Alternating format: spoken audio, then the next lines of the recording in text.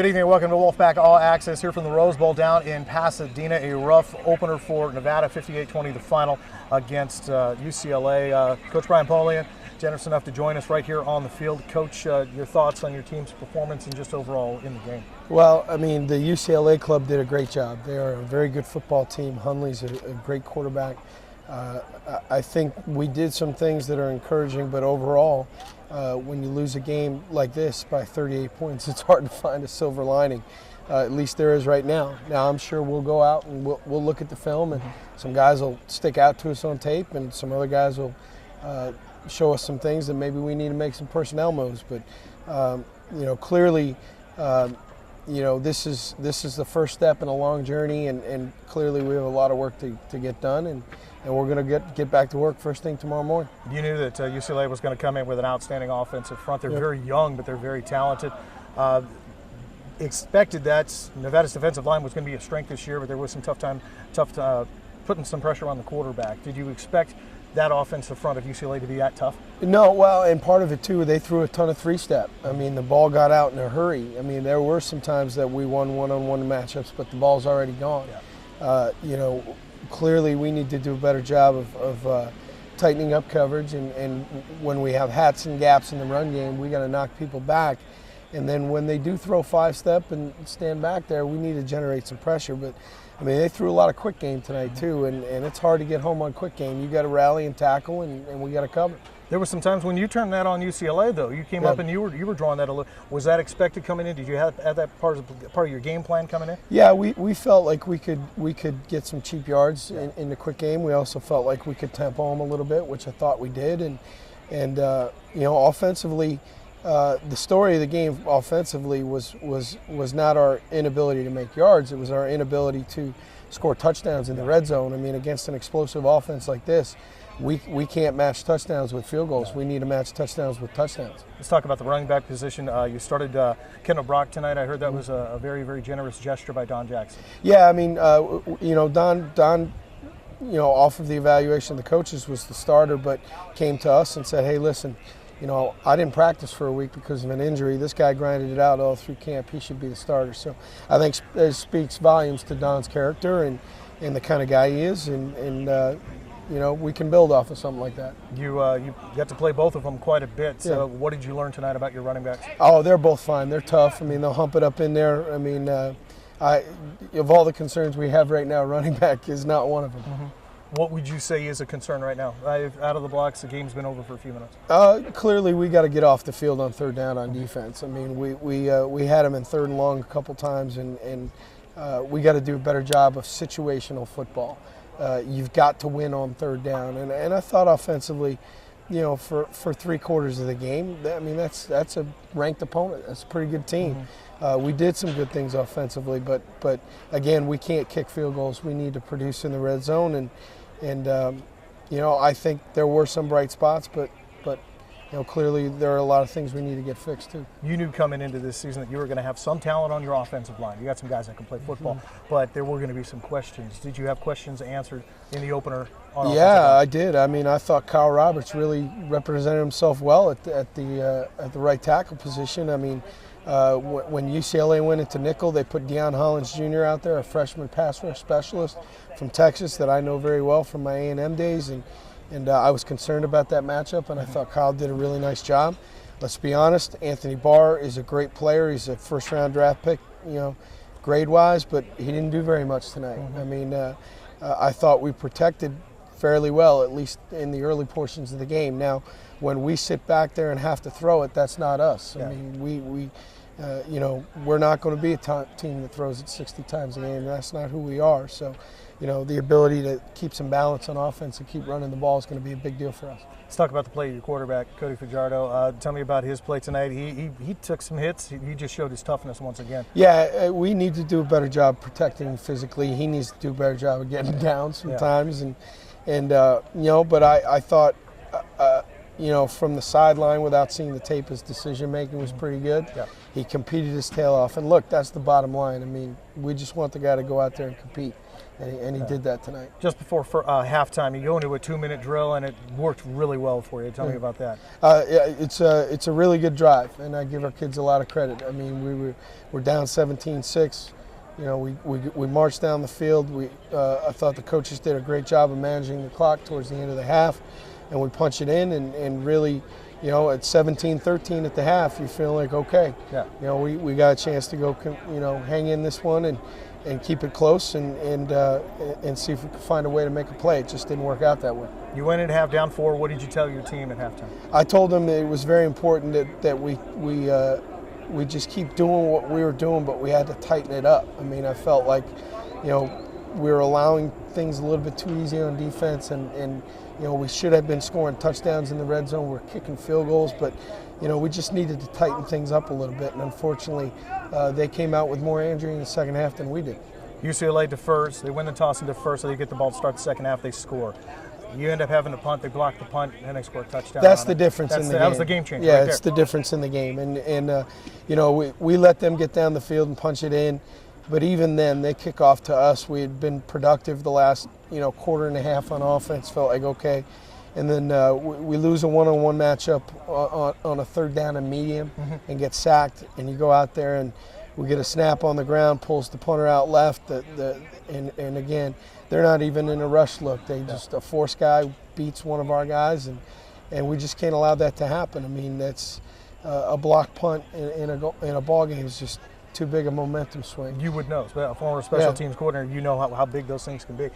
So third quarter, you end up with a 4th and short midfield, and it's one of those situations where you kind of had to go for it there, didn't you? Yeah, I mean, we weren't trying to keep it close, and we were trying to get back in the game and compete to try and win.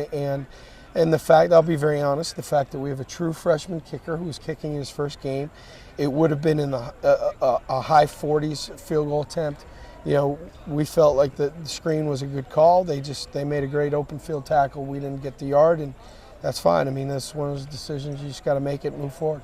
This one starts to get away from you in the fourth quarter, but I saw a benefit at the end. I try to see a good thing that's going on the field. You got a chance to play a lot of young guys in this game, and you went with a pair of true freshman corners at one time. So Elijah Mitchell and Trey Calloway in there at the same time. How big of a deal is it for you to get young guys, that type of experience, not only in a game but in the Rose Bowl? Yeah, it's I guess it's one of the good byproducts of a score like that. Yeah. But you know, it was a chance to see them against live bullets, against good people. Hundley was still in there throwing it at the end. I mean, so they're seeing real players, and you know, I thought just from a sideline view of it, I thought Elijah Mitchell competed.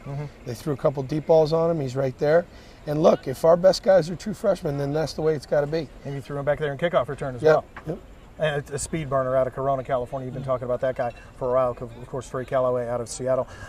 Injuries? Anybody banged up just off of walking off the field? No, walking off the field, I think we're fine. I think the only thing injured right now is our pride, and rightfully so after a result like that. But you know, I told the team, I said, one game's not going to define us.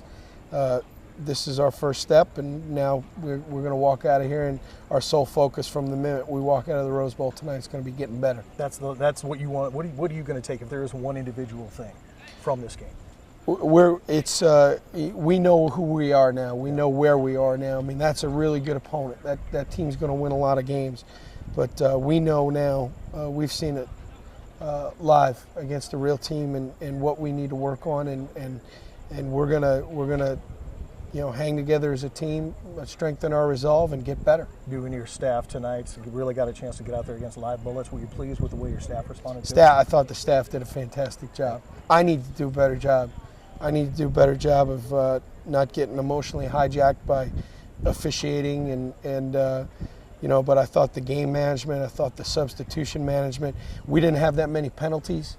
You know, we handled substitution very well. I mean, I thought the game management part of it was one of the highlights. All right. Well, more with head coach Brian Poley in just a second. We're going to continue here on Wolfpack All Access right here on the Rose Bowl turf. We're going to talk about your freshman kicker, who I thought was outstanding in this football game, and your first time out as a head coach. We'll talk about that a little bit, just some of the emotions that you had coming up tonight. We'll be right back on Wolfpack All Access. Welcome back to Wolfpack All Access right here on the Rose Bowl turf in Pasadena. Head coach Brian Polian staying with us right now. Let's talk about some of the highlights that we saw from this week here on the turf. Brent Zuzo, your true freshman kicker, won the job out of camp in the fall, goes out there, and when I saw him go out for his first field goal, I went, no pressure there. What were you thinking? No, I was very pleased with him. I thought he did a good job. I thought he kicked off pretty well. I think he only mishit one ball. You know, to have your first college game in the Rose Bowl against a ranked opponent, I thought he did a nice job, and we had a delay on one and we had a false start on another, and that's very difficult for a kicker to make a kick and then have to reset himself back up 5 yards and make those kicks. And I thought he did a nice job. I mean, I feel like we've got a real kicker. He'll continue to get better with experience, and we'll be okay. What was it that set him apart in camp that you said, no, this is our guy, this is the guy we're going to go with?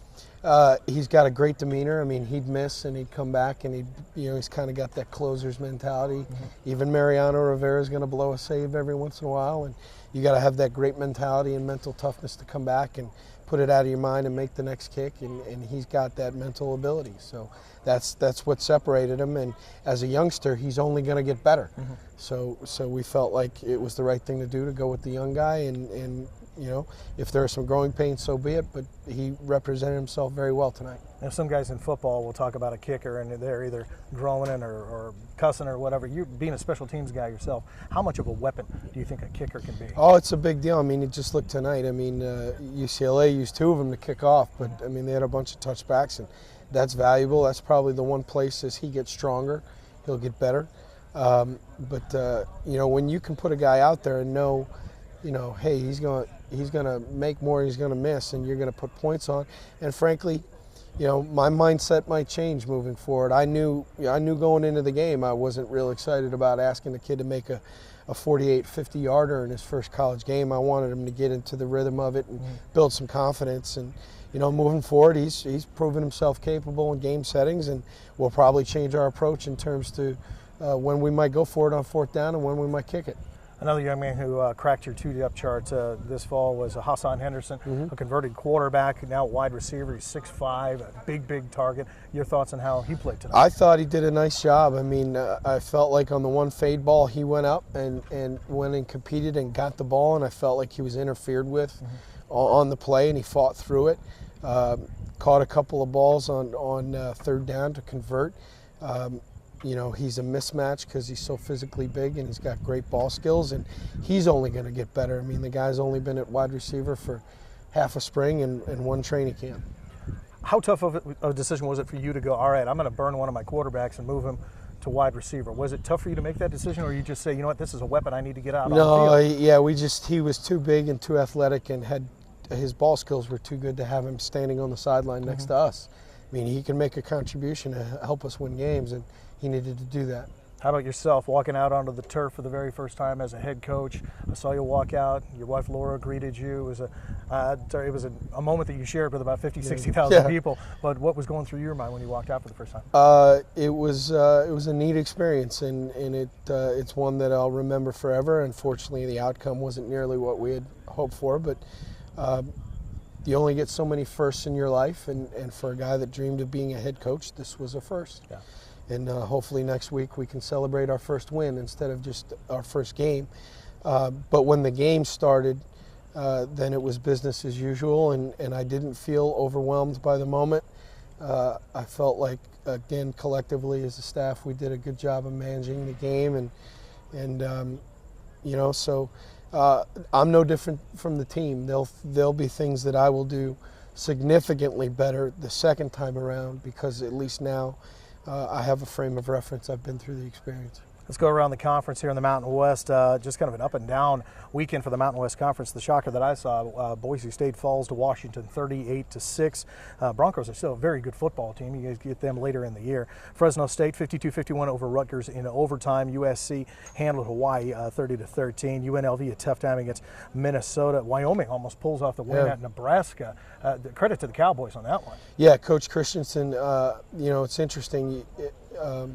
You go to league meetings and you get to meet these guys and you get around them for the first time, for me, and you get to know people. And I was very, very impressed with Coach Christensen. I felt like, you know, they were poised to get a whole lot better The Fresno game, obviously a shootout, a very gutsy call by Coach Flood to try and go win the game on the road. If it goes great, everybody's lauding him for the courage he has. It didn't go good.